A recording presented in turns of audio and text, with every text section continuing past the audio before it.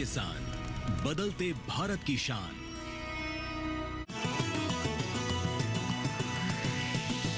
DD किसान, बदलते भारत की शान।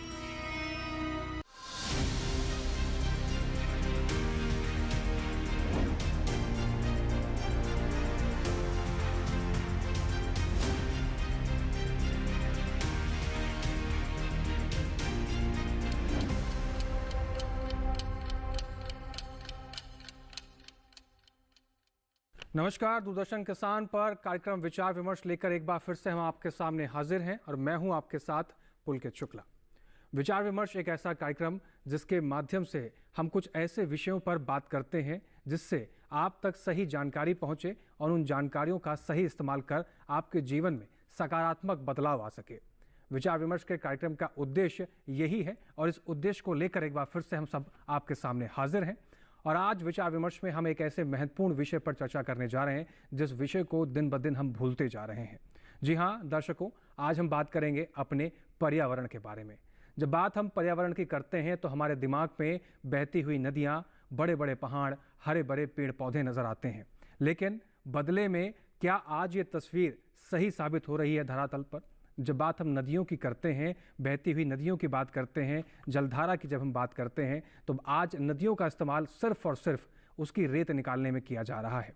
हमें हरे भरे पेड़ पौधे चाहिए लेकिन उसकी छाया नहीं चाहिए, उसकी लकड़ियाँ चाहिए। बड़े बड़े पहाड़ों से हमें औषधि या जड़ी बूटी नहीं चाहिए, हमें उससे पत्थर के मकान बनाने होते हैं। लेकिन क्या इन प्राकृतिक संपदाओं का सही इस्तेमाल हम कर रहे हैं? और अगर नहीं कर रहे हैं तो ये सोचने का विषय है और ये सवाल हम सबसे ये पूछना चाहिए, अपने आप से पूछना चाहिए। शीशे के सामने खड़े होकर क्या हम ये अपने आप से कह सकते हैं कि अपनी प्रकृति के प्रति हम अपनी जिम्मेदारी निभा रहे हैं? विश्व पर्यावरण दिवस के मौके पर हम देखते हैं कि आसपास के लोग इकट्ठा होकर एक वृक्ष लगाते हैं और फोटो खिंचाते हैं, लेकिन वो फोटो कहाँ तक रह जाती है? एक सोशल मीडिया पर अपनी फोटो लगा के दोबारा हम में से शायद ही कोई ऐसा व्यक्ति होता है जो दोबारा उस पेड़ के पास जाके उसका हालचाल पूछता है, उसको पानी देता है या उसको खाद देता है। व्हाट्सएप स्टेटस, इंस्टाग्राम या ऐसे कई सोशल मीडिया पोस्ट हैं जहां पर हम पोस्ट करते हैं विश्व पर्यावरण दिवस पर अपनी जिम्मेदारी निभाइए, पेड़ लगाइए। क्या इसके बाद हमारी जिम्मेदारी खत्म हो जाती है? आपने व्हाट्सएप स्टेटस लगाने के बाद या सोशल मीडिया पे फोटो डालने के बाद क्या घर से बाहर निकलकर प्रकृति के प्रति या प्रकृति के प्रति अपनी जिम्मेदारी निभाई? क्या आज आपने पानी बचाया? क्या आज आपने पौधा लगाया? ये सवाल हमें अपने आप से पूछना होगा, क्योंकि प्रकृति के प्रति हम सबकी जिम्मेदारी है और ये जिम्मेदारी जब हम निभाएंगे तभी आने वाला कल सुरक्षित हो सकेगा। हम कहते हैं कि धरती हमारी माँ है, लेकिन क्या माँ के प्रति अपनी सभी सेवाओं को हम सही तरीके से निभा पा रहे हैं? आज हमारी धरती यानी कि जो हमारी माँ है उसकी यथा व्यवस्था ऐसी हो रखी है कि उसको वृद्धा आश्रम में छोड़ रखा है। और जब माँ की कहर या माँ का दुख दर्द निकलता है तो प्राकृतिक व्यवस्थाएं हिल जाती हैं, जो आए दिन हमें देखने को मिलता है।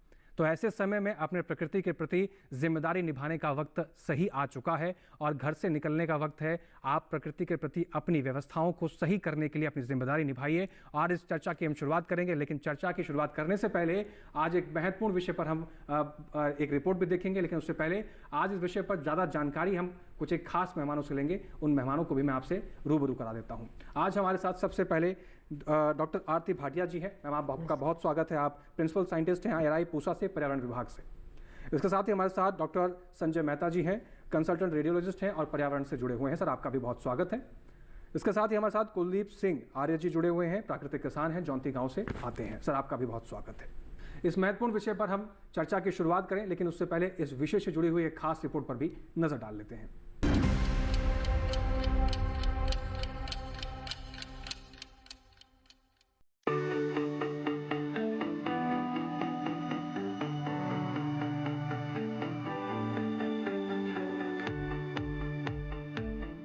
पृथ्वी या धरती एकमात्र ऐसी जगह है जहां इंसान रह सकता है। ऐसे में आने वाली पीढ़ियों के लिए इसे बचाना हम सबकी जिम्मेदारी है। इसी को देखते हुए हर साल 5 जून को विश्व पर्यावरण दिवस मनाया जाता है और इस बार की थीम रही हमारी भूमि हमारा भविष्य। ये थीम भूमि और इकोसिस्टम को बहाल करने, जैव विविधता की रक्षा करने और जलवायु परिवर्तन से निपटने के लिए जरूरी सामूहिक प्रयास पर जोर देती है। बता दें कि किसी क्षेत्र विशेष की परंपरागत जलवायु में समय के साथ होने वाले बदलाव को जलवायु परिवर्तन कहा जाता है। जलवायु में होने वाला ये परिवर्तन प्रत्यक्ष या अप्रत्यक्ष रूप से पारिस्थितिकी तंत्र को भी प्रभावित करते हैं। जितनी तेजी से जलवायु परिवर्तन हो रहा है, उसके लिए मानव क्रियाएं काफी हद तक दोषी हैं। घरेलू कामों, कारखानों और परिचालन के लिए हम तेल, गैस और कोयले का इस्तेमाल करते हैं, जिस कारण जलवायु पर प्रतिकूल प्रभाव पड़ रहा है। जब ये जीवाश्म ईंधन जलते हैं, तो उनसे ग्रीन हाउस गैस निकलती है, जिसमें सबसे ज्यादा मात्रा कार्बन डाइऑक्साइड की होती है। इन गैसों की सघन मौजूदगी के कारण सूरज की ताप धरती से बाहर नहीं जा पाती और ऐसे में ये धरती का तापमान बढ़ने का कारण बनती है। अगर तापमान यूं ही बढ़ता रहा तो कुछ क्षेत्र निर्जन हो सकते हैं और खेत रेगिस्तान में बदल सकते हैं। खरपतवार और कीटों व रोगों का प्रकोप बढ़ रहा है, जिसका असर पैदावार में गिरावट के रूप में देखने को मिलता है। अध्ययनों से पता चला है कि पिछले 50 वर्षों से जलवायु परिवर्तन के कारण तापमान में औसतन 1.2 डिग्री सेल्सियस की बढ़ोतरी प्रत्येक दशक में हो रही है। लगातार बढ़ते तापमान से फसल उत्पादन पर प्रत्यक्ष और अप्रत्यक्ष प्रभाव पड़ रहा है। गर्मी बढ़ने से फसलें समय से पहले परिपक्व होने लगती हैं।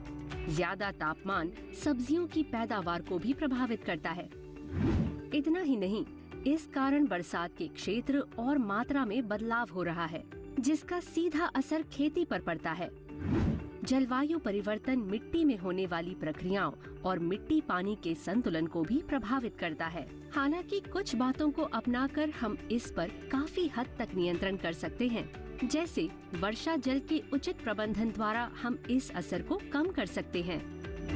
वाटरशेड प्रबंधन के जरिए वर्षा जल को इकट्ठा करके सिंचाई के लिए उपयोग कर सकते हैं। इससे सिंचाई में तो मदद मिलेगी ही, साथ ही भूजल पुनर्भरण में भी ये मददगार साबित होगा। ऐसे बीज और नई किस्में विकसित करनी होंगी जो नए मौसम के अनुकूल हों। हमें फसलों के प्रारूप और उनके बीज बोने के समय में भी बदलाव करना होगा। ऐसी किस्मों को विकसित करना होगा जो ज्यादा तापमान, सूखे और बाढ़ जैसी परिस्थितियों को सहन करने में सक्षम हों। मिश्रित खेती और जलवायु स्मार्ट कृषि को अपनाकर भी जलवायु परिवर्तन के खतरों से निपटा जा सकता है। जलवायु परिवर्तन के बुरे परिणामों से बचने के लिए हमें अपने क्रियाकलापों पर ध्यान देते हुए तापमान वृद्धि के कारकों को नियंत्रित करने के बारे में भी ठोस कदम उठाने होंगे।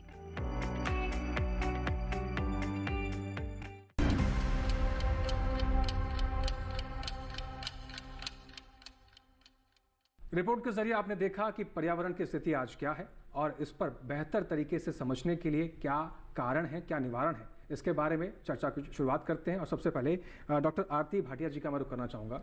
डॉक्टर आरती जी, आपसे हम समझना चाहते हैं आज जो पर्यावरण की स्थिति है या फिर जो पर्यावरण दिवस हम मनाते हैं, क्या सिर्फ ये एक कैलेंडर की तारीख है या ज़मीनी तौर पर हम देखें आज ये चीज़ें ज़मीनी तौर पर उतर पा रही हैं? अगर नहीं उतर पा रही हैं तो इसके मुख्य कारण किस रूप से आप देखती हैं? आपने बिल्कुल ठीक कहा कि हम 5 जून को पर्यावरण दिवस मनाते हैं, लेकिन ये सिर्फ एक दिवस मनाने के तक ही रह गया है। पर्यावरण दिवस सिर्फ एक दिन की बात नहीं है। अगर हम अपने जीवन में हर रोज़ को पर्यावरण दिवस नहीं मनाएंगे तो आप देखेंगे कि जो जैसे अभी हो रहा है, हमारा पोल्यूशन इतना बढ़ रहा है, तापमान इतना बढ़ रहा है, ये सब आगे और बढ़ते जाएंगे और हमारे आने वाली जो पीढ़ियाँ, हमारे जो बच्चे हैं, उनके लिए हम एक खतरनाक पर्यावरण, दुनिया, मिट्टी, पानी सब छोड़ के जाएंगे। तो हम सबको रोज़ अपनी दिनचर्या में कुछ ऐसा शामिल करना है जिससे कि हमारा पर्यावरण सुरक्षित रह सके। तो आप जैसे अपने घर पे ही हर व्यक्ति को सबसे पहले, हम सब लोग जो हैं कुछ खाते हैं, कुछ पीते हैं, हम उसी से शुरुआत करें। जब हम कुछ खाते हैं, पीते हैं तो घर में हमारा कचरा होता है। हम सब क्या है, एक ही कचरे के डिब्बे में सारा कचरा डाल के और हम सोचते हैं कि जी जो एजेंसी हमारा कचरा उठाती है वो इसका समाधान करेगी। हमारा दायित्व वहीं से शुरू होता है कि इतना सुनने में आता है, सब बोलते हैं गीला कचरा, सूखा कचरा अलग कीजिए ताकि गीले कचरे की खाद बन सके, कंपोस्ट बन सके, लेकिन क्या हम करते हैं? कोई भी मतलब बहुत ही कम घर होंगे जो कि इस जो कचरा होता है, कूड़ा होता है, उसको अलग अलग डिब्बों में या अलग अलग उसका आवंटन करते हैं। तो ये बहुत ज़रूरी है कि हम सब अपना दायित्व समझें और हम छोटे छोटी चीज़ों से, जैसे कि अभी आपने बताया कि पेड़ लगाते हैं, तो पेड़ लगाने के बाद में खाली फ़ोटो खिंचवाने के बाद नहीं, जो पेड़ हमने लगाए उसको जाके कभी हमने 1 महीने बाद देखा कि उसको पानी दिया गया है, उसको कोई जैसे आपने खाद दी है, कुछ दिया है। ये सब चीज़ें बहुत ज़रूरी हैं कि हम उनकी देखभाल किस तरह की हो रही है, क्या वो पनपा है या वो मर गया है। जब हम सड़कें बन रही हैं आजकल इतनी, तो सड़कें बनने के लिए इतने पेड़ कट रहे हैं, तो क्या जैसे उसको कटने से हम दुनिया भर के और छोटे छोटे पेड़ लगा रहे हैं, लेकिन कितने पेड़ उसमें से चल रहे हैं, कितने नहीं चल रहे हैं। तो ये बहुत आवश्यक है कि हम हर चीज़ में जाके एक बार देखें कि भाई क्या जो पेड़ लगाया है हमारे घर के पास में, हमारे निकटतम पार्क में, क्या वो चल पाया है, नहीं चल पाया, तो क्या कारणवश से नहीं चल पाया है। हमारी सबकी जिम्मेवारी है कि हम छोटे छोटे कदम लें कि कचरे को करें। हम कचरा जो, जैसे हम सड़क पे जा रहे हैं, हम गाड़ी में जा रहे हैं, हम कुछ भी जो मन करता है खाते पीते हैं और हम अपनी जो उसकी जो कचरे की जो जिसमें वो होता है, जैसे चिप्स का पैकेट ही है या कुछ और है, उसको ऐसे ही फेंक देते हैं। तो हर किसी मनुष्य को ये ज़रूर देखना है कि वो अपनी तरफ से भी कुछ पर्यावरण के लिए करे, छोटे छोटे कदम ले जाए। बिल्कुल, और छोटे छोटे कदम ही आगे चलकर बड़े बदलाव लेकर आते हैं। ये हमें इतिहास ने बहुत अच्छे तरीके से समझाया है। डॉक्टर आरती जी, आपने बहुत बेहतरीन बातें कही। और जब बात प्रदूषण की होती है तो आमतौर पर जनमानस प्रदूषण का मतलब वायु प्रदूषण, ध्वनि प्रदूषण, जल प्रदूषण, इससे ही ज़्यादातर तालमेल रखते हैं। लेकिन जब प्रदूषण की बात आती है तो आपने एक महत्वपूर्ण बिंदु उठाया, कचरा प्रबंधन। आज के समय में कचरा प्रबंधन पर बात नहीं हो रही है और ये भी प्रदूषण का एक मुख्य कारण है। डॉक्टर संजय जी का रुख करेंगे। डॉक्टर संजय जी, आप भी पर्यावरण से जुड़े हुए हैं। अगर हम बात कचरा प्रबंधन की करें, कितना ज़रूरी विषय है और कितना ज़रूरी इस पर बात करना ज़रूरी है? नमस्कार जनाब, ये बिल्कुल आप मैडम ने बिल्कुल सही बात रेज़ करी है कि हम लोग यही कहते हैं कि पर्यावरण के लिए हम क्या कर सकते हैं। धरती तो इतनी बड़ी है और हमारा तो उसमें एक छोटा सा एक कण की तरह हमारा उसमें कंट्रीब्यूशन या हमारा भाग है उसका, लेकिन एक एक बूंद से ही सागर भरता है। तो अब हम ये जो इन्होंने कहा कि भी हम रोज़ अपनी जीवन शैली के अंदर अगर हम इस चीज़ को वापस ले आएँ। अब मैं कई क्षेत्रों में, गाँव में भी गया, लोगों से बात करी कि भी हम ये प्रथा जो हम शहरों में शुरू करना चाहते हैं, तो आप तो गांव के लोग हैं, आप लोग तो अपने कचरे का कैसे प्रबंधन करते हैं। तो जो गांव के अंदर के जो लोग हैं, जो सड़कों से दूर हैं, वहाँ हमने देखा कि वहाँ तो सब कोई अपना घर का बचा हुआ या मवेशी का बचा हुआ सब इकट्ठा करके गोबर के साथ उसकी वो खाद बना रहे हैं। निर्देश दे दिए कि हर एक का क्या क्या दायित्व है जी। अब कहीं ना कहीं इसी एक्ट के बारे में चर्चाएं कम हो रही हैं कि क्या हम उस एक्ट को फॉलो भी कर रहे हैं या नहीं कर रहे। तो ये एक मूल कारण है जिसकी वजह से हम देख रहे हैं कि शहरों के आसपास इतने ऊंचे ऊंचे पहाड़ इकट्ठे होते जा रहे हैं जी। और इन पहाड़ों के अंदर जो जितनी ऊर्जा बर्बाद हो रही है, उस ऊर्जा को कई अच्छे शहरों ने तो नीतियां बना के और उसका प्रबंधन करना शुरू कर दिया कि उस ऊर्जा से अपनी वो बसें तक भी चला रहे हैं। और हम देखते हैं कि हमारे शहर के आसपास तो उसमें आग लग जाती है जी। तो ये जो है, कहीं ना कहीं हमको इसके बारे में बात करनी है। हमारे एडमिनिस्ट्रेटर्स जो हैं वो भी इस पर सीरियसली अपनी नीतियां बनाएं कि ये जो प्रबंधन का जो हमने सिस्टम बनाया हुआ है, जिसमें कि हम जो कॉन्ट्रैक्टर होता है, ठेकेदार जो होते हैं, हम उनको कहते हैं कि तुम अगर इतना माल यहाँ से उठा के एक पॉइंट से लेके बी पॉइंट तक ले जाते हो, वहाँ लैंडफिल साइट तक ले जाते हो, तो तुम्हें हम प्रति किलो इतना वो पैसा देंगे। अब उसका तो इंटरेस्ट, चूंकि बिजनेस है, वो तो अपना कोशिश करेगा, रास्ते में अगर मलबा भी पड़ा है कहीं तो वो भी बीच में डाल देगा उसको। तो करते करते बस ये जो नीति जो है जिसमें कि हमने लोगों को एक तरफ से हम कह रहे हैं तुम अलग करो, और उधर से हम सरकारी नीति को अगर बदलाव नहीं करेंगे कि लैंडफिल पर ले जाने के लिए उसको डिस्करेज नहीं करेंगे, तब तक तो ये पहाड़ बनते ही रहेंगे।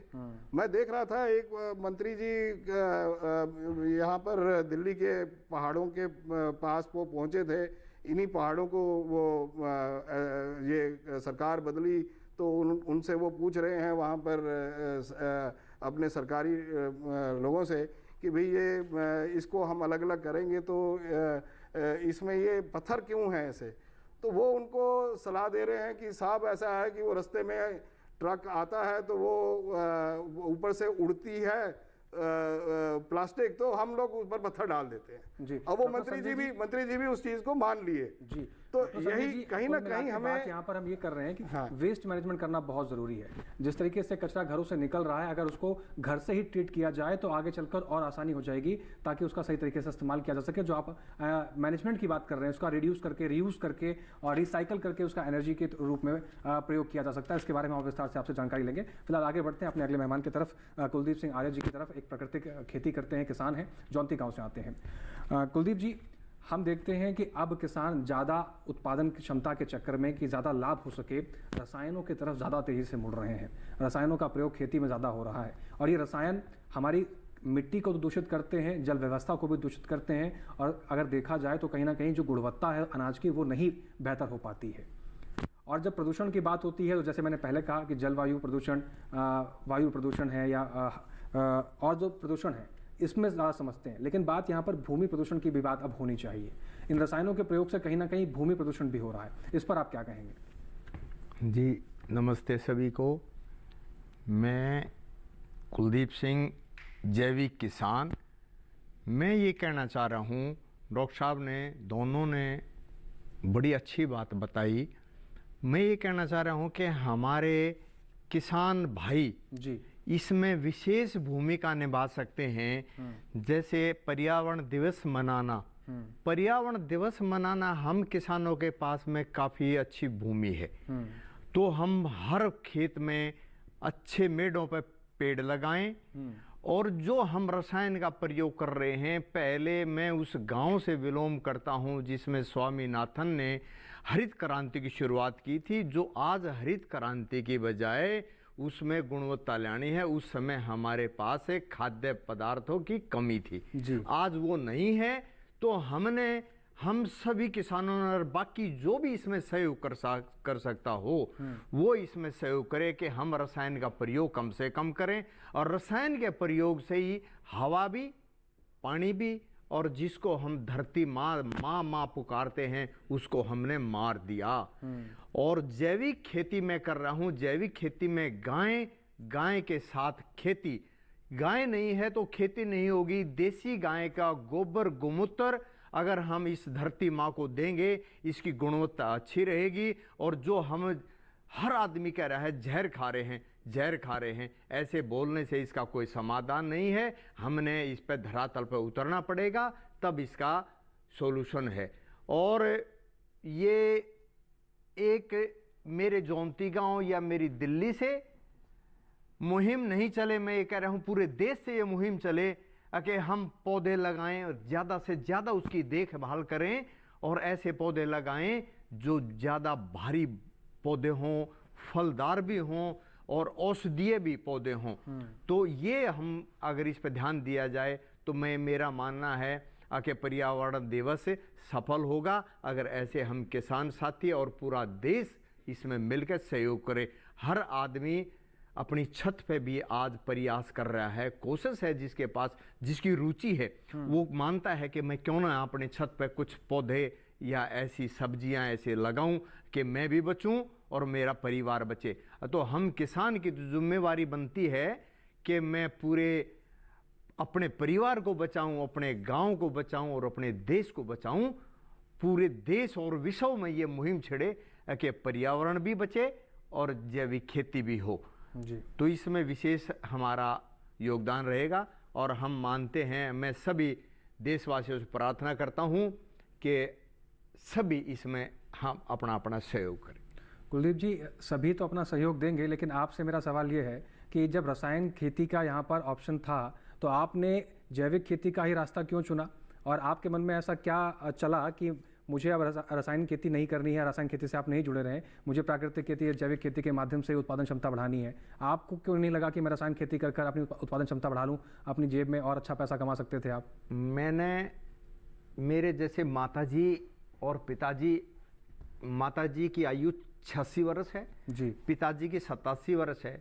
तो जब मैं छोटा था उनको देखता था कि पहले बैलगाड़ी थी हमारे पास, बैलगाड़ी से हम खाद खेत में पहुंचाते और फिर ढेरी लगाते, फिर उसको पूरे खेत में ढेरी लगाने के बाद पिताजी उसको चारों तरफ से छींटते। तो वो बातें हमें बताते। जब हम खेती करने लगे तो मैं वैसे 12-14 साल का खेती करने लग गया था, आज से नहीं करा, मेरी 61 वर्ष आयु होगी। तो पिताजी ने बताया भी ऐसे करते थे, ऐसे करते थे, माँ भी उसको में सहयोग करती थी। तो हमने सोचा कि क्यों ना हम उसी तरीके से खेती करें जो आज पिताजी ने बताया कि हरित क्रांति की शुरुआत हुई, यहाँ अन्न की कमी थी और फिर अन्न ज़्यादा हुआ, हमारे पास नए नए बीज आए तो पैदावार तो बढ़ी, लेकिन उसमें रसायन का प्रयोग बढ़ गया। तो पिताजी ने जैसे हमें प्रेरित किया और हमें के पानीपत के पास में गन्नौर है, वहाँ से हमें केंचुआ दिलवा के ले आए। हमने केंचुए की खाद तैयार की और वो 25 वर्ष 26 वर्ष पहले की बात है जी। तो हमने ऐसे बढ़ते बढ़ते आज 14 वर्ष हो गए, हमने पूर्णतः जैविक खेती करनी शुरू कर दी। और ये खुशी होती है कि हम जिसको भी ये खाद्य पदार्थ दे रहे हैं तो वो शुद्ध खा रहा है, और शुद्ध खा रहा है तो हमें भी ये अंदर से खुशी होती है कि भाई हम किसी को शुद्ध दे रहे हैं। और हमारे माता पिताजी की प्रेरणा से और उसके बाद पूसा संस्थान, कृषि विज्ञान केंद्र, इनके सहयोग से, इनका खूब भरपूर हम सहयोग ले रहे हैं और हमें मिल रहा है जी। तो मैं ये कहूँगा कि हमारे पिताजी और माताजी की प्रेरणा से, और जी मैं आर्य निर्मात्री सभा गुरुकुल टटेसर से जुड़ा हुआ हूँ, वहां से ऐसे हमें ठोक ठोक के भर दिया गया कि जो भी काम करेंगे आप ईमानदारी से करेंगे। बहुत महत्वपूर्ण बात कुलदीप जी ने बाकी किसान भाइयों के लिए भी साझा की है, जो दर्शक हमारे देख रहे हैं वो भी आपने आसपास के लोगों को जागरूक कर सकते हैं कि जो कृषि विज्ञान केंद्र है वो लगातार किसानों के हित में काम करता है। और जिस तरीके से कुलदीप जी ने जैविक खेती अपनाकर अपनी भूमि के प्रति अपनी जिम्मेदारी निभाई है, अपने पर्यावरण के प्रति जो जिम्मेदारी निभाई है, आप भी अपनी जिम्मेदारी निभा सकते हैं और जैविक खेती कर अच्छा उत्पादन ले सकते हैं। फिर से रुख करते हैं डॉक्टर आरती भाटिया जी का। डॉक्टर आरती जी, आपने यहाँ पर शुरुआत में बात करी पेड़ लगाने की। क्या पर्यावरण को संरक्षण करने के लिए या पर्यावरण को बचाने के लिए, अपने इकोसिस्टम को सिक्योर करने के लिए सिर्फ पेड़ लगाना ही आवश्यक है? क्या सिर्फ पेड़ लगाकर ही अपनी जिम्मेदारी निभाई जा सकती है, या इसके अलावा और भी ऐसे कई उदाहरण हैं या ऐसे कोई सॉल्यूशंस हैं? नहीं, बहुत अनेक सॉल्यूशन है। और जैसे कि अभी कुलदीप जी ने बताया कि हम जो जैविक खेती करते हैं, तो इसी में मैं कुछ और बताना चाहती हूँ कि जैसे जैविक जब हम खेती करते हैं और हम रसायनों का प्रयोग कम करते हैं, तो इससे खाली हमारी पैदावार की गुणवत्ता नहीं बढ़ती है, पर्यावरण का संरक्षण भी होता है। क्योंकि जब आप केमिकल फर्टिलाइजर लगा रहे हैं, रसायन लगा रहे हैं, तो इससे जो बहुत तरह के, जैसे आपने बताया, वायु प्रदूषण होता है, क्योंकि इससे कई सारी जो हरित गृह गैसें निकलती हैं जिससे कि वायुमंडल की उष्णता बढ़ती है। तो जो ये हमारा तापमान बढ़ रहा है, ये सब हो रहा है, हमारा जो वाटर पोल्यूशन हो रहा है, पानी का प्रदूषण जो हो रहा है, उस सब में रसायन का बड़ा गहरा रोल है। तो आप ये देखिए, अगर आप कम रसायन का प्रयोग करेंगे तो एक तो हरित क्रांति वाली बात हुई कि हमें रसायन हम तब इस्तेमाल करते थे, अब हम कम कर सकते हैं। तो हम रसायन का प्रयोग कम कर सकते हैं, उससे पानी का प्रदूषण कम होगा, वायु का प्रदूषण कम होगा। इसके अलावा अगर आप कुछ रसायन का प्रयोग करें और साथ में अगर आप जैविक खाद का प्रयोग करें, तो उससे आपका गुणवत्ता भी बनी रहेगी, पैदावार भी बनी रहेगी। इसके अलावा ये होगा कि जो जो हमारा पर्यावरण है वो सुरक्षित रहेगा। और जो खाली खेती किसानी की बात नहीं है, लेकिन आपने ये सुना होगा कि जो जब नाइट्रेट है, जो हमारा यूरिया फर्टिलाइजर होता है, उससे नाइट्रेट जो होता है उससे भूजल में नाइट्रेट जाता है, तो नाइट्रेट प्रदूषण होता है। उस नाइट्रेट प्रदूषण ग्राउंड वाटर से जब हम वो पीते हैं तो कैंसर की बहुत सारी प्रॉब्लम होती है। तो इसमें जैविक खेती से अनेक प्रकार के हमें सोल्यूशन मिल सकते हैं। और इसके अलावा जो है, जैसे कि बात हो रही थी कि सिर्फ मतलब कृषि में ही नहीं, इसके अलावा जैसे आपने बोला हम पेड़ पौधे तो लगाएं, लेकिन जैसे बाकी का चीज़ है जो ट्रीटमेंट करते हैं, जैसे कि हम लोग जो है जो सीवेज ट्रीटमेंट प्लांट्स है, जैसे जो हम कुछ भी घर का जो हमारी जो नालियाँ बनी हुई हैं, जो भी सीवेज है, हर घर का सीवेज है जो भी जा रहा है, जो कि हमारे नदियों में तालाबों में छोड़ा जा रहा है, उसकी भी बहुत ज़रूरी है कि उसका ट्रीटमेंट हो। नहीं तो ये सब हमारा जो पानी है आगे आने वाले समय में आप देखेंगे पानी का जो भूजल का स्तर भी गिर रहा है नीचे। अब बेंगलोर में कितनी ज़्यादा दिक्कत हो रही है, ऐसे ही दिल्ली में भी बहुत दिक्कत हो रही है। हमारे अनेक जो नगर हैं उनमें आने वाले समय में पानी की काफ़ी दिक्कत होगी। तो रेन वाटर हार्वेस्टिंग है तो आप जो जल जो है, जो वर्षा का जल है, जैसे किसान हो, जो हम लोग अपने रूफ टॉप पे भी, घरों में भी कुछ इस तरह का करें ताकि जो वो पानी है वो बह के और अपने घर के चारों तरफ का जो एरिया है उसको सीमेंट ना करवा दें। हम लोग ये चाहते हैं हमारी गाड़ी पार्क हो जाए तो हम सब जगह सीमेंट करवा देते हैं, लेकिन अगर हम वहाँ पे हरी घास छोड़ दें या मिट्टी कच्ची छोड़ दें तो जो वर्षा का पानी है वो नीचे जाएगा, हमारे भूजल का स्तर भी उससे बना रहेगा। तो आप ये देखिए, मतलब कि खाली पेड़ लगाना नहीं है, लेकिन और जैसे है कि पानी का संचयन करना भी बहुत ज़रूरी है, क्योंकि आने वाले समय में पानी की बहुत दिक्कत होने वाली है।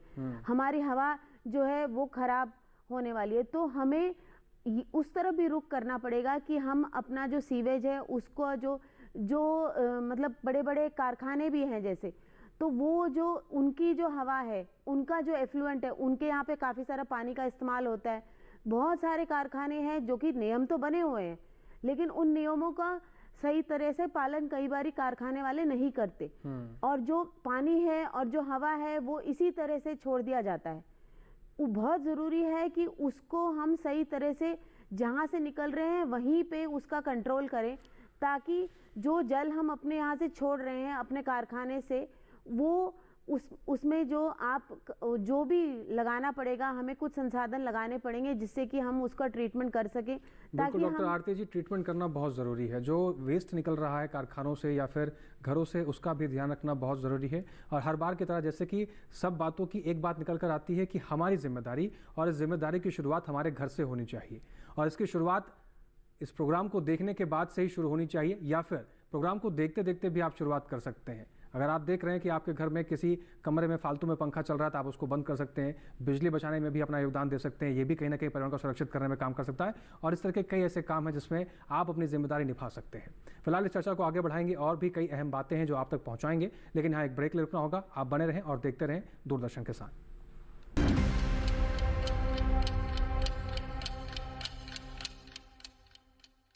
नई वॉशिंग मशीन अच्छा है। यस। क्या हुआ? अरे शॉपिंग पे 2000 का कैशबैक मिला है, बस क्यूआर कोड स्कैन करना है। अच्छी धुलाई होगी, है ना? बैंक अकाउंट की। पैसे रिसीव करते समय क्यूआर कोड स्कैन, पिन या ओटीपी की जरूरत नहीं पड़ती, वो सिर्फ पेमेंट के लिए चाहिए होती है। इसलिए अनजान कोड या लिंक से सावधान रहिए और नुकसान से बचिए। बच गए धुलाई से। ये नई धुलाई। अब यह कहता है कि जानकार बनिए, सतर्क रहिए।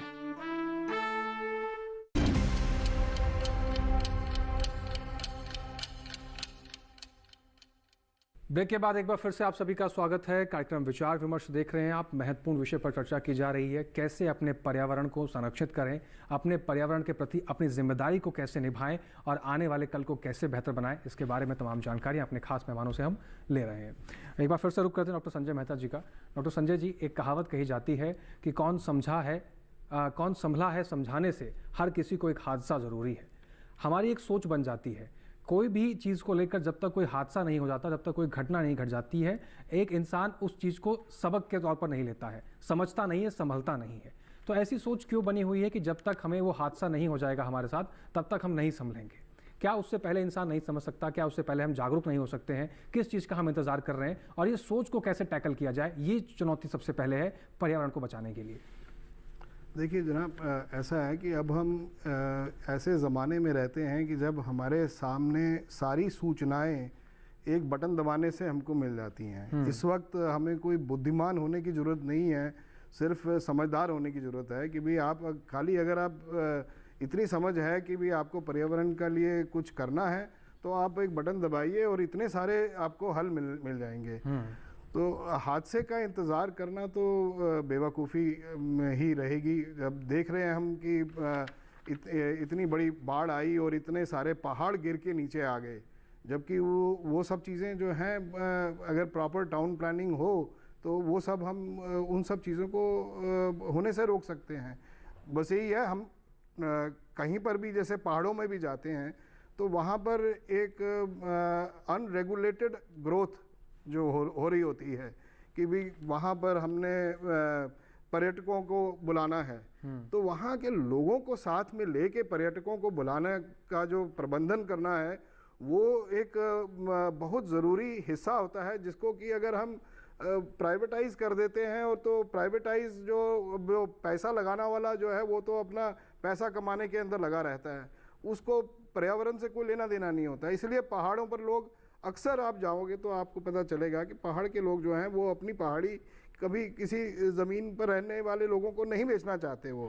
तो ये हम कहीं ना कहीं ये हमको इंतज़ार नहीं करना चाहिए कि भी जब तक हमारे सामने कुछ दुर्घटना नहीं घटेगी तभी हम उस चीज़ को समझेंगे नहीं। अब हम सूचना के ज़माने में रह रहे हैं जब सूचना हमारे चारों तरफ है। बिल्कुल। तो अभी मैं आपसे ये एक सूचना साझा करना चाहता हूँ इसी विषय से कि अब कई ऐसे मैं तो पिछले 10 सालों से अपने घर में ये जैविक खाद खुद बना रहा हूँ। अपने जो घर का जो बचा कुचा होता है उसको मटकों में रख के मैं उसे, तो धीरे धीरे मैंने जब लोगों से बात करी तो अब पता चला कि भी अब ऐसे भी तरीके आ गए हैं कि जिसमें कि एक शहर का गीला कचरा इकट्ठा करके और वो कंपनियां उसमें से गैस का उत्पादन करती हैं जो कि आप सीएनजी के साथ मिक्स करके आप व्हीकल्स भी चला सकते हैं। आप उसमें से जो बची हुई जो मटेरियल मिलता है उससे बहुत बढ़िया जैविक खाद बनती है। तो वो जैविक खाद को उसमें वो फॉस्फेट और जो कमी रह जाती है उसको पूरा करके वो लिक्विड फ्यूल की तरह, वो लिक्विड फर्टिलाइज़र की तरह वो भी उसमें से निकाला जा सकता है। अब हमें कहीं ना कहीं ऐसे जो सिस्टम है उनके लिए प्रबंधन करने होंगे और समाज में सबको मिलके इसकी तरफ ध्यान देना होगा कि ये सब चीज़ें जो हैं हमको किसी दुर्घटना से बचाने के लिए हमें उस दिशा में ले जाएंगी। कुलदीप जी का एक बार फिर से रुख करते हैं। कुलदीप जी, जब बात हम जैविक खेती की करते हैं तो आप क्या परिवर्तन देखते हैं कि जैविक खेती में जब सिंचाई की बात करी जाती है तो सिंचाई व्यवस्था में ज़्यादा जल का इस्तेमाल होता है जैविक खेती में रासायनिक खेती के मुकाबले, या फिर कम जल का प्रयोग किया जाता है, और क्या हम जैविक खेती के माध्यम से जल संरक्षण भी कर सकते हैं? बिल्कुल बिल्कुल, जैविक खेती के माध्यम से जल संरक्षण किया जा सकता है। ये भी एक बहुत बड़ी बचत है हमारी कि जो हम जल को बचाएं और पौधे लगाएं, हवा बचाएं। उधर से एक मुहिम आज हमारी सरकारें सहयोग कर रही हैं कि जो सोलर पैनल हमारे, मैंने अपने घर पे, मैं अपने से ही लेके चलता हूं। मैंने 8 किलोवाट का 1.5 साल पहले से चालू है हमारे, और 6 किलोवाट का सोलर हमारे अब रेडी है। बिल्कुल, मीटर कभी भी लग सकता है।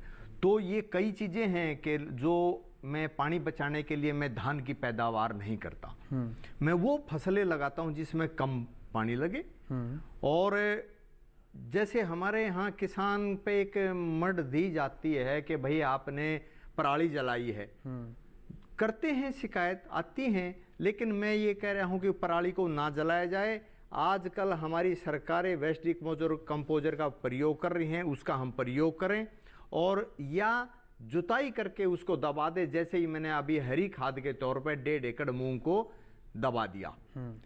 और ऐसे ही हम जैविक खेती कर रहे हैं। जैसे डॉक्टर साहब ने बताया कि भाई हम गीले कचरे को बचा करके उससे जैविक खाद बनाएं। मैं 4 बड़ी गायें हैं, छोटे बच्चे हैं, उनसे 14 एकड़ की, जबकि 2 गायें कर सकती हैं 14 एकड़ की जैविक खेती, मैं 4-6 गायों से जैविक खेती कर रहा हूं, जिससे गोबर का प्रयोग लिक्विड खाद बनाने में, जीवामृत, घन जीवामृत, और जो आज हम रसायन का प्रयोग कर रहे हैं हर कीट को मारने के लिए रसायन का छिड़काव, वो जैविक में ही मैंने अपने खुद तैयार किया है, जिसको हमने नाम दिया है कीट रोधक, और वो सफल है। तो ऐसे ही किसान जो है ऐसे रसायन का प्रयोग ना करके, ऐसे खादों का प्रयोग ना करके हम जमीन में ना डालेंगे तो जो पानी के साथ हमारा नीचे जो ये रसायन गया है उससे हमारे अनेक बीमारियां, जैसे डॉक्टर साहब ने बताई। और मैं एक और बात आपके माध्यम से, आपके चैनल के माध्यम से पूरा देश इसको देखे और ध्यान दे कि कुछ लोगों को तो पता है कि एक पंजाब से ट्रेन चलती है बीकानेर के लिए, जिसका कैंसर नाम पड़ा हुआ है, कैंसर ट्रेन। तो ये जो कैंसर की बीमारी है ये हमारे सभी रसायन खाने की वजह से। तो जितना भी हो सके रसायन का प्रयोग कम से कम खेत में, और जितना भी हो सके हम हर आदमी हर समय, जैसे एक दिवस जो डॉक्टर साहब ने बताया कि उसको एक दिन पे ना लेकर के हर रोज वो दिवस मनाया जाए, हम हर रोज उस पर ध्यान दें तो हम सफल होंगे, कोई दो राय नहीं। बिल्कुल कुलदीप जी, इसके साथ ही हम आपसे ये भी जानना चाहते हैं कि जो किसान भाई हमें देख रहे हैं या जो दर्शक हमें देख रहे हैं, जो अभी रसायन खेती में लिप्त हैं या रसायन खेती कर रहे हैं या करने की सोच रहे हैं, अगर वो शुरू करना चाहते हैं, अगर उनका मन बन जाए या मन बना लें कि अब हमें जैविक खेती की तरफ मुड़ना है, तो शुरुआती तौर पर अगर देखें तो कौन से ऐसे एहतियात कदम हैं जो उनको उठाने चाहिए और कैसे शुरू करें? कई लोगों के मन में संशय भी होगा, यार कैसे शुरू करें, इतना अच्छा उत्पादन मिल रहा है। तो ऐसे लोगों के लिए आप क्या सलाह देंगे और क्या सुझाव होना चाहिए कि कैसे शुरू करें? शुरुआती तौर पर ऐसे कौन से जरूरी कदम हैं? मैं उन किसानों के लिए यही सुझाव दूंगा कि उसमें जैसे खाद, देसी खाद का प्रयोग बढ़ाएं और रसायन का घटाएं। हाँ, कुछ जो किसानों को भय लगता है कि भाई पैदावार नहीं होगी तो मेरे बच्चे क्या खाएंगे, मैं कहाँ जाऊंगा, उसमें अपनी शुरुआत करने से पहले उसको आधा रसायन आधा जैविक, इस तरह से अपनी पैदावार को वो लें। 3 साल में अपनी रसायन को खत्म कर दे, जैविक पे आ जाएं। और मैं एक उदाहरण के तौर पर आपको बताता हूं, मैंने बच्चे को पहलवान बनाना है और मैंने सूखी रोटी और दाल को उसको बढ़ाना है, तो वो पहलवान नहीं बन सकता, उसको चाहिए खुराक, ताकत। तो हमारी फसल को किसी भी रूप में, जैसे रसायन के रूप में हम ताकत दे रहे हैं तो वो फसल हो रही है, लेकिन रासायनिक एक जहरीला पदार्थ है और जैविक में जहर नहीं है। तो हमें खुराक अगर हम उस फसल को देंगे तो पैदावार पूरी होगी, ऐसा घबराने की कोई आवश्यकता नहीं है। मैं अपना उदाहरण दे रहा हूं और आपके चैनल के माध्यम से पूरे देश को मैं ये बताना चाह रहा हूं कि मेरा गांव जौनती है और मैं पैदावार भी 32-26 पूसा संस्थान की वैरायटी 56 मन यानी कि 22 कुंटल से ऊपर मैंने पैदा ली है। तो ये आज कम नहीं है। और देसी वैरायटी करीब करीब 18-17 कुंटल मैंने अभी इसी साल पैदा की है, देसी वैरायटी। तो इसमें कोई घबराने की आवश्यकता नहीं है। जैविक की तरफ बढ़िए, हमें बढ़ना पड़ेगा। ये कहने से कोई समाधान नहीं है कि जहर खा रहे हैं, जहर खा रहे हैं, कोई समाधान नहीं। समाधान की हम बढ़ेंगे तो समाधान निकलेगा। बिल्कुल बिल्कुल सही कह रहे हैं आप कुलदीप जी।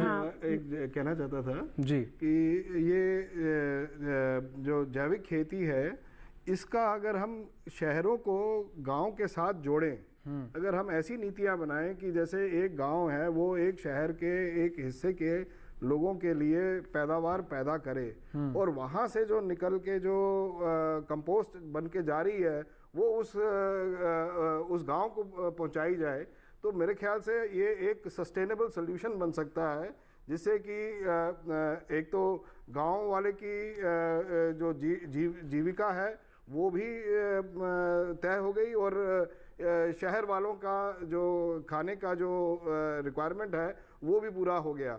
और उसके साथ एक ऐसा समाज बना जिसमें कि सब कुछ रिसाइकल होते जा रहा है जी, और हम अपने पर्यावरण को हम सुरक्षित रख सकते हैं। जी डॉक्टर आरती, आप भी कुछ इसमें जोड़ना चाह रही थी? मैं जोड़ना चाहती थी कि जैसे कि अभी कुलदीप जी ने बोला कि रसायन का प्रयोग कम से कम कीजिए, तो इसके साथ साथ जो जैसे कि उन्होंने बोला कि जैसे धान है, धान बहुत पानी लेता है, तो इन्होंने धान की खेती बंद कर दी। लेकिन देखिए धान की रिक्वायरमेंट तो रहेगी, तो हम सब धान खाते हैं तो हम उसकी खेती तो नहीं बंद कर सकते, लेकिन हम धान की कई तरह से और भी हम खेती कर सकते हैं जिसमें कि कम जल लगता है। तो कम मतलब जैसे कि हम वो जो हम SRI करें जिसमें कि काफ़ी हम लोग जैविक उत्पाद लगाते हैं, उसके अलावा हम लोग डायरेक्ट सीडिंग राइस के करें तो ये तकनीकों से हम धान कम पानी में भी उगा सकते हैं।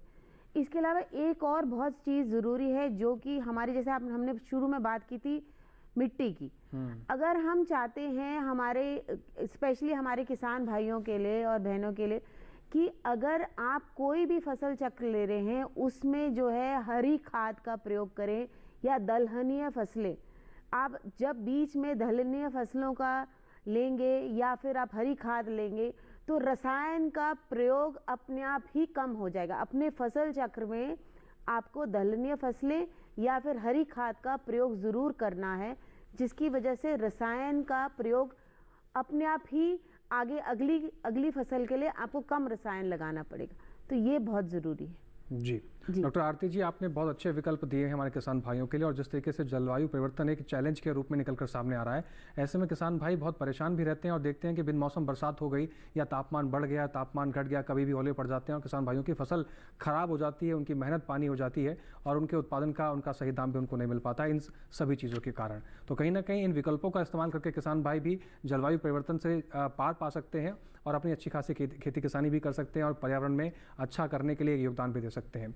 इस तरह की और भी कई जानकारियां हैं जो आपके साथ हम साझा करेंगे, लेकिन यहाँ एक ब्रेक ले रुकना होगा। आप बने रहें और देखते रहें दूरदर्शन के साथ।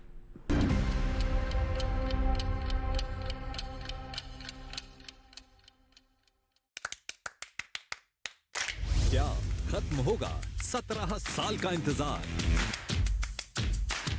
क्या किंग कोहली और हिटमैन की होगी वर्ल्ड कप में जीत से विदाई? क्या टीम इंडिया है तैयार? देखिए T20 वर्ल्ड कप का सीधा प्रसारण 5 जून से डीडी फ्री डिश पर।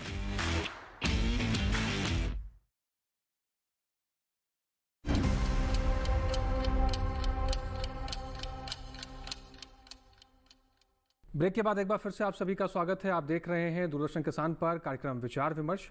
विचार विमर्श में आज हम एक महत्वपूर्ण विषय पर चर्चा कर रहे हैं, कैसे अपने पर्यावरण को संरक्षित करें और पर्यावरण के प्रति जो आपकी जिम्मेदारियां हैं उसका निर्वहन करके कैसे आने वाले कल को और बेहतर किया जा सकता है।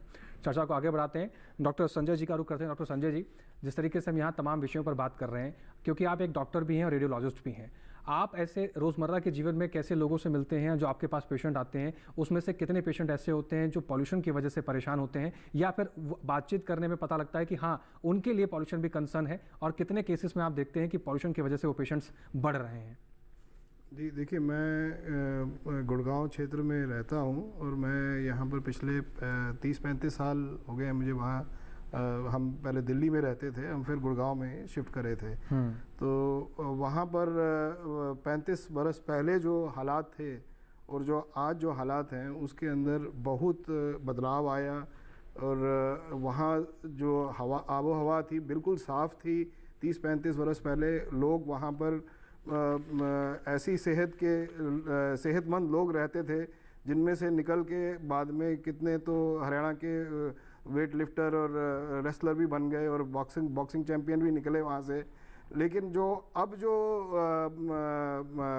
जनरेशन जो बच्चे जो वहाँ पैदा हो रहे हैं और जो बड़े हो रहे हैं, हमने वो देखा है कि किस तरह से उनके अंदर बीमारियाँ जो हैं वो बढ़नी शुरू हो गई हैं। जो कुछ बीमारियां जैसे ऑटिज़म करके एक होती है, पैदाइशी कमज़ोर होते हैं ये मानसिक रूप से बच्चे, इसकी मात्रा पहले 20,000 बच्चों में से एक बच्चा ऐसा होता था जब 30-35 साल पहले हम यहाँ आए थे। और आज की तारीख में 1200 सरकारी आंकड़े बता रहे हैं, 1200 में से एक बच्चा ऐसा पैदा हो रहा है। तो कुछ ना कुछ तो बदलाव हुआ है जो हम देख रहे हैं अपनी आंखों से, जो हमें दिखता भी है कि भी हमारा प्रदूषण बढ़ गया वहाँ पे। वहाँ पर जो शहरीकरण होने से जो समस्याएं जो आनी शुरू हुई हैं उसका कहीं ना कहीं उसका असर हमारी जनता के ऊपर भी हो रहा है, हमारी जीविका के ऊपर भी हो रहा है। तो ये मैंने बदलाव देखा है। और पेशेंट्स में भी कुछ ऐसे कैंसर हैं जो कि हम कभी पहले देखते ही नहीं थे बच्चों में, और वो अब हमें दिखने शुरू हो गए हैं। जब हम लोगों की जांच करते हैं, वो हंसते खेलते अच्छे जवान उम्र के बच्चे होते हैं, और उनका जब हम जांच करते हैं तो उनमें हमें ऐसे भयंकर बीमारियां नज़र आती हैं, तो कहीं ना कहीं हमारा भी दिल दहल जाता है कि भाई ये हम कैसे समाज में रह रहे हैं जिसमें कि हम इसी से प्रेरणा लेके मेरा बहुत मन करता है कि मैं जाके पिछले 10-15 सालों से सामाजिक क्षेत्र में लोगों से मिलूं और पता लगाऊं कि क्या हम कर सकते हैं मिल के, क्या हम इसके हल निकाल सकते हैं, कि कहीं एडमिनिस्ट्रेशन के साथ जाके हम कोई नीतियों में उनका ये समाधान निकालने के प्रयत्न करें। तो मैं इसी क्षेत्र में मैं पिछले 10-15 वर्ष से लगा हुआ हूँ। जी डॉक्टर साहब, बात यहाँ पर जब स्वास्थ्य की कर रहे हैं तो कहीं ना कहीं ये भी चिंता का विषय है कि बढ़ते प्रदूषण के चलते आपने बताया, जो आंकड़े बताए वो काफ़ी गंभीर करने वाले हैं। कभी सोचने का विषय है कि इतने बच्चों में ये निकल कर सामने आ रहा है। ऐसे में रोज़मर्रा के जीवन में पॉल्यूशन तो है ही, लेकिन इसको कम करने के उपाय भी हम बता रहे हैं। इसके साथ साथ पॉल्यूशन को टैकल करने के लिए एक बेहतर स्वास्थ्य के लिए आम जनमानस किन चीज़ों का इस्तेमाल कर सकता है, क्या गतिविधियां अपनी डेली लाइफ में इंक्लूड करे ताकि वो बेहतर भी रह सके और पॉल्यूशन से लड़ने की क्षमता उसकी इंटरनली और बेहतर हो सके? मेरा तो यही, जो हमने शुरुआत करी प्रोग्राम की और लोगों को बोला कि इसका आह्वान किया कि भाई हम एक जो पोल्यूशन का सबसे बड़ा हमारा स्रोत हम खुद होते हैं, तो इससे पहले कि हम किसी और पर उंगली उठाएं, हम पहले अपने गिराबान में झांकें कि हम कहाँ पर अपनी इस मातृभूमि के लिए हम क्या कर रहे हैं। तो कहीं ना कहीं अगर हम वहाँ से शुरू करें तो हम एक सुदृढ़ समाज की तरफ हम बढ़ सकते हैं। जी, कुलदीप जी का रुख करते हैं फिर से। कुलदीप जी, आपसे हम जानना चाहते हैं, जैसे आपने बताया जैविक खेती में पशुपालन का एक बहुत बड़ा योगदान है। पशु होंगे तभी जैविक खेती संभव हो पाएगी, लेकिन जब उत्पादन की हम बात कर रहे हैं, अगर उत्पादन भी सही नहीं होगा तो हम पशुओं का सही तरीके का चारा भी उपलब्ध नहीं करा पाएंगे।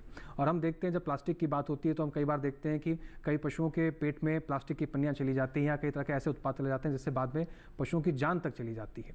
ऐसे में पशुओं को संरक्षित करना भी बहुत आवश्यक होता है अपने पर्यावरण के अंदर, क्योंकि इकोसिस्टम में उनकी भी एक बहुत बड़ी भूमिका निभाते हैं संरक्षित करने में पर्यावरण को। साथ ही साथ हम देखते हैं कि कई तरह के ऐसे वन्य जीव हैं या पशु हैं जो पहले हम देखते थे, जैसे माइग्रेटरी बर्ड्स आते थे या इस तरीके की ऐसी कई चीज़ें हैं, लेकिन अब वो देखने में कम हो गई हैं। ऐसे में किसान कैसे अपना योगदान दे सकता है पशुपालन के क्षेत्र में पर्यावरण को संरक्षित करने में, क्योंकि पशुपालन भी एक बहुत अहम भूमिका निभाते हैं?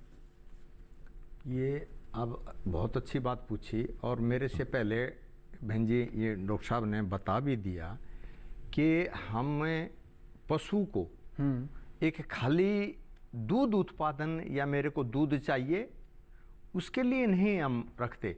हमें पशु से गोबर भी चाहिए, हमें पशु से गोमूत्र भी चाहिए, हमें पशु से दूध भी चाहिए, और दूध से घी भी निकलता है, छाछ भी निकलते, बहुत उत्पाद निकलते हैं पशु। कुलदीप जी, यहाँ सिर्फ हम गाय की बात नहीं कर रहे हैं। जब हम पशुपालन की बात करते हैं तो पशुपालन में हर तरह की पशु आ जाते हैं, चाहे वो मुर्गी हो, चाहे वो गाय हो, चाहे भैंस हो, चाहे वो ऊँट हो, या इस तरीके के ऐसे तमाम पशु हैं जो पर्यावरण में अपना योगदान देते हैं पर्यावरण को बेहतर करने के लिए। जैसे केंचुए हो गए, केंचुए से खाद बनती है, इस तरीके के पशुओं की हम बात करते हैं। जो हर पशु की बात आगे मैं इसमें ये कह रहा हूँ कि खेती में हर पशु काम आता है, हर पशु का गोबर गोमूत्र काम आता है, और पशु कहीं न कहीं हर पशु अपना अपना कर्तव्य निभा रहा है। बैल है, बैल का, ऊंट है, ऊंट का, तो ये हर पशु अपना अपना काम कर रहा है। पशु हर तरह से हमें कुछ न कुछ दे रहा है। बकरी हमें अलग से उत्पादन दे रही है, मछली हमें अलग से उत्पादन दे रही है, गाय अलग से दे रही है। तो कहने का मतलब ये है हर